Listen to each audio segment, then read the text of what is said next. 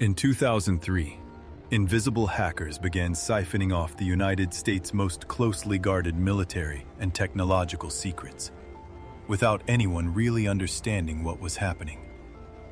What if Operation Titan Rain marked the true beginning of the digital Cold War between Washington and Beijing? The USSR dissolves.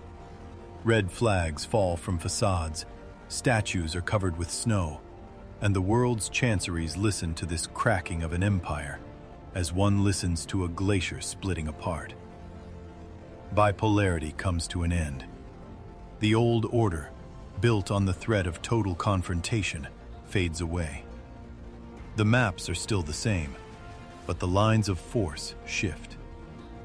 American strategists, bent over situation tables, find themselves facing a vacuum. The designated enemy has collapsed.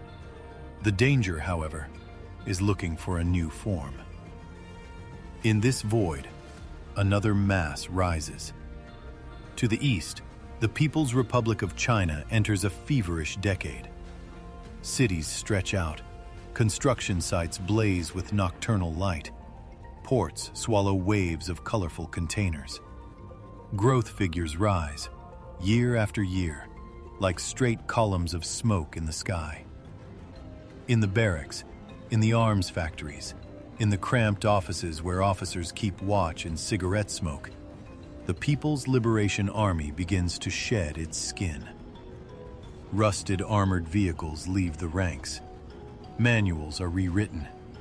Uniforms line up in front of screens. Modernization does not happen in a shout, but in a swelling murmur.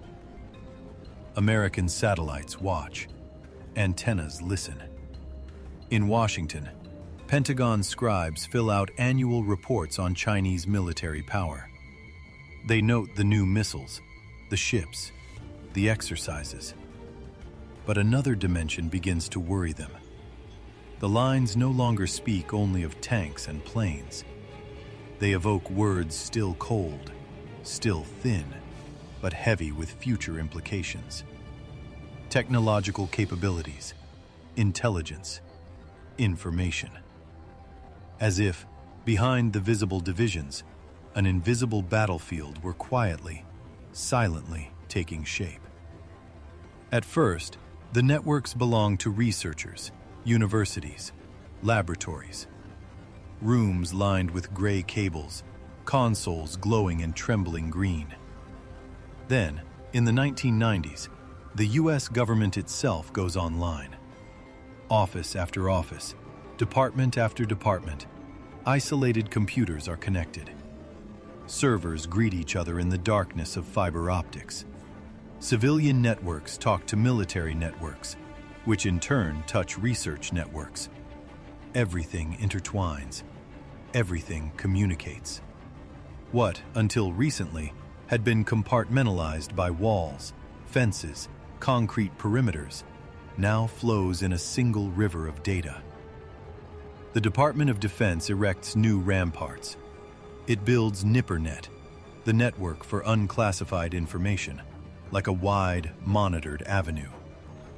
It deploys CyberNet, the network of secrets, which snakes beneath the surface, more discreet, better protected. Engineers build them in earnest, with a still young science, believing these ramparts will be enough. But the first signs of cracks appear quickly. At the Government Accountability Office, files pile up. Reports follow one after another. Auditors examine connection logs, alerts, anomalies. They see accounts opened without authorization, intrusions whose origins cannot be traced, systems opening like poorly closed doors. In 1998, the Pentagon decides it can no longer be satisfied with scattered patches.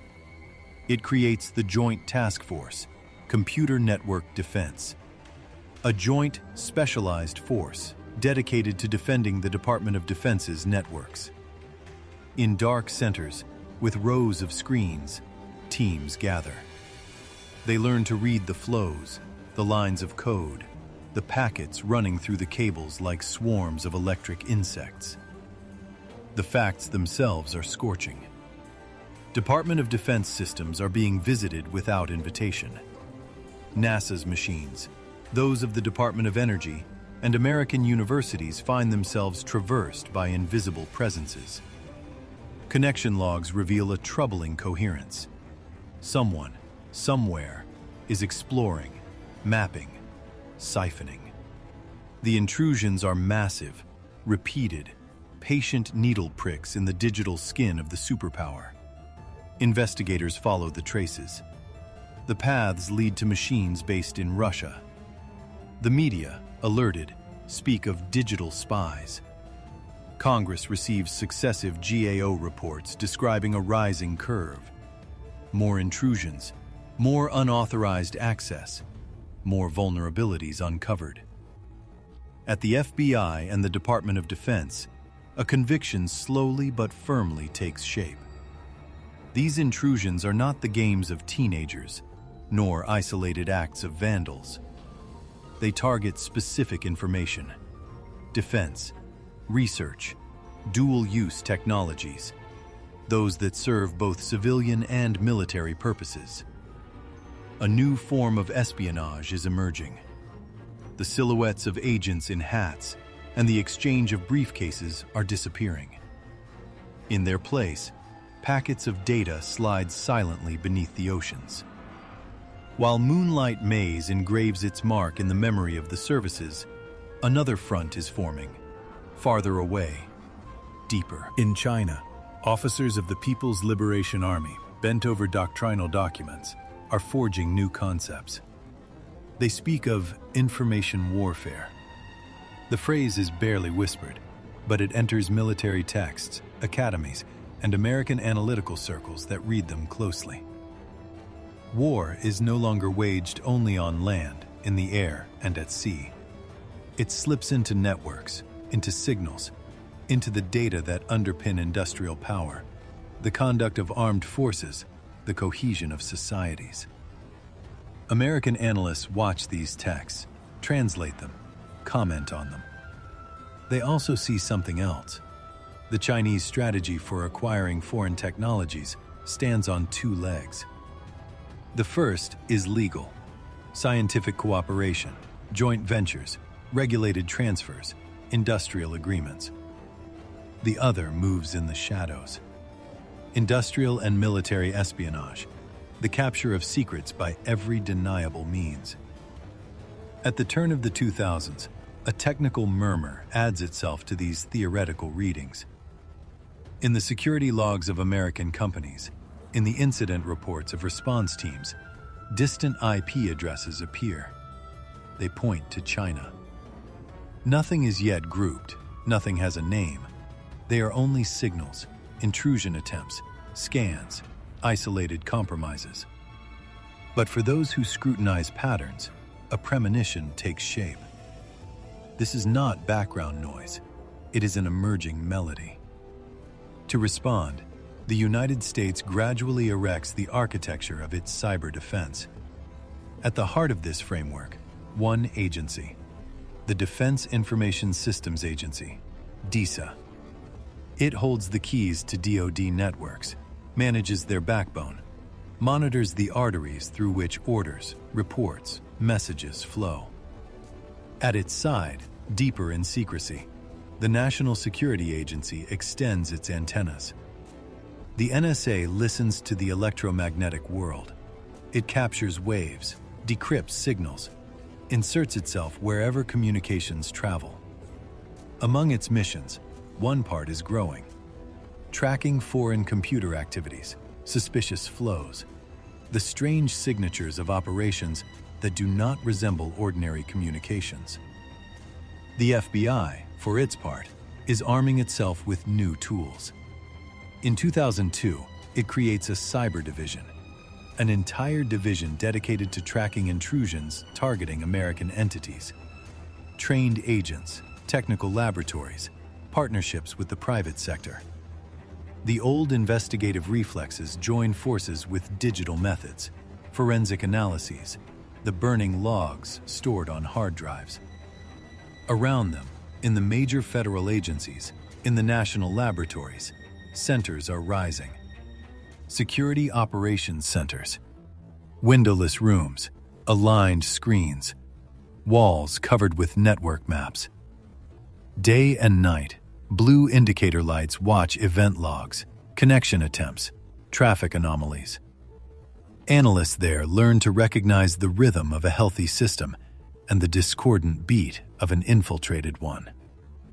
In this tense landscape, China occupies a particular place in American concerns. The Department of Defense's annual reports to Congress repeat it. Beijing is seeking military and dual-use technologies. These reports, in the early 2000s, are not alarms. They are stones laid one on top of another, year after year, building a muted intuition. Officials come to testify before Congress. They utter carefully weighed, measured phrases. They place China alongside Russia among the major actors in economic and technological espionage. They speak of theft of intellectual property, unauthorized transfers, companies targeted for what they know how to manufacture. Yet, at this stage, a boundary remains. There is not yet, in the public arena, the story of a vast campaign of systematic computer intrusions linked to China, spreading like a web over dozens of American targets. Everything is still fragmentary. The signals are not a myth, not yet a name that is remembered and repeated. The curtain has not yet risen on Titan Rain. And yet, the actors in the drama are already taking their places. Within the Department of Defense, cyber defense and technical intelligence units are honing their practices. Small, almost anonymous teams are fine-tuning the procedures that will later make it possible to detect, track, and name future intrusions. In the private sector, cybersecurity companies are emerging.